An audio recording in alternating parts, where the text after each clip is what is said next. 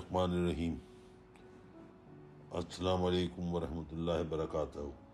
मैं आसिफ रहमान अलवी आपकी खिदमत में हाजिर हूँ। मैं आज एक खामोश सिपाही की तरह हाजिर हूँ। मेरी तरह मेरे मुल्क का हर शहरी जो एक सिपाही भी है, सख्ते में है। कल एक दिल खराश वीडियो देखी, दिल दहल गया। पहले तो मैं ये समझा कि यह भारत के मकबूजा कश्मीर का कोई क्लिप है, जहाँ का बच्चा बच्चा अपनी आज़ादी और ख़ुद मुख्तारी की जंग पिछले 75 साल से लड़ रहा है, अपनी जानों का नजराना दे रहा है।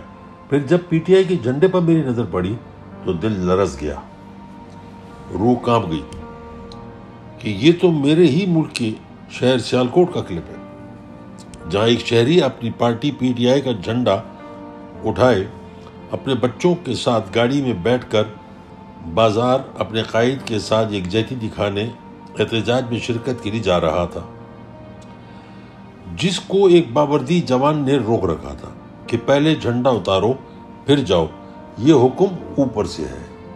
कमाल है, ये खौफनाक अमल था। एक शहरी, एक बावर्दी फौजी जवान आमने सामने।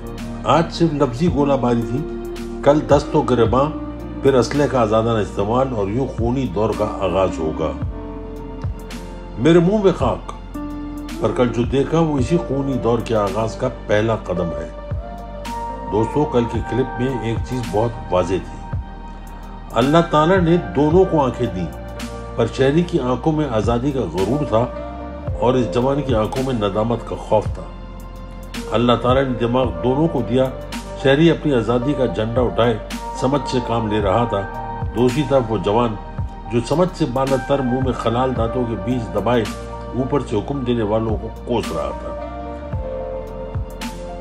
अल्लाह ताला ने धड़कता दिल भी दोनों को दिया।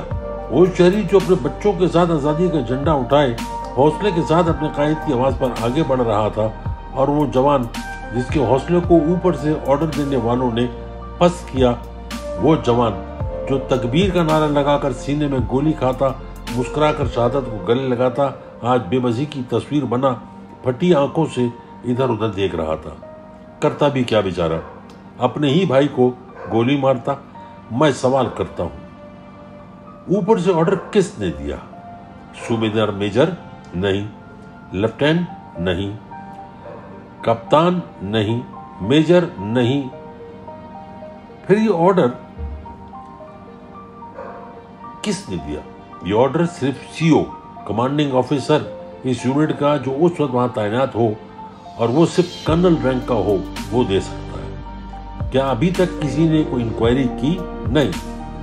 फिर कब? जब हालात कंट्रोल से बाहर हो जाएंगे। मेरा बल्कि पूरी कौम को एक सवाल है, जहां जाए एक ही टॉपिक है, चाहे वो कसाई हो या हज्जाम, दर्जी हो या मोची, ठेला हो या ढाबा, सुनार हो या फंकार हो, रेस्टोरेंट हो या 5 स्टार, डॉक्टर हो या नर्स, सर्जन हो या गोरकन। गर्ज ये कि हर तबके से ताल्लुक रखने वाला यही कहता है, हो सकता है कि ऐसा हो। नहीं यार, ऐसा कैसे हो सकता है? मेरे ख्याल में ऐसा नहीं हो सकता। यानी हर शख्स गू की हालत में है, एक अफरा तफरी मची है, इसराफ का आलम है। इस कैफियत से अदलिया तो बाहर नहीं ला सकती, इसका तो कोई वजूद ही नहीं।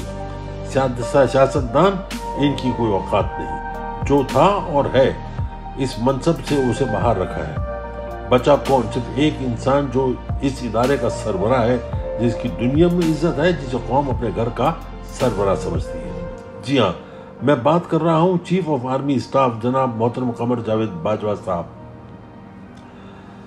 जनाब बाजवा साहब, आज कौम समझती है या उसे शक है कि इन चोरों, डाकुओं और गद्दारों को इस मनसब पर आपकी रजामंदी के बगैर नहीं बिठाया जा सकता, क्योंकि ये वही तो लोग हैं जो हर जलसे में, टॉक शोज में लंदन बैठकर आपको और आपके इदारे को मुख्तलिफ और गलीज नामों से पुकारते थे। यही तो वो लोग हैं जिन्होंने मेमोगेट डॉन लीक्स किया। यही लोग हैं जो आपकी ईंट सींट बजा रहे थे। फिर क्या हुआ? कुछ नहीं, बल्कि इनको मुल्क की बागडोर दे दी गई। ऐसे में अवाम क्या करे? अल्लाह करे ये सब एक अफवाह हो, डरावना ख्वाब हो, पर आवाम का सवाल तो बनता है। बाजवा साहब, इस शक को दूर करने आपके फ़राइज़ मनसबी का हिस्सा है। बाजवा साहब, मेरी दुआ है कि सब अफवाह हो और अफवाह ही रहे, कभी हकीकत का रूप न धारे।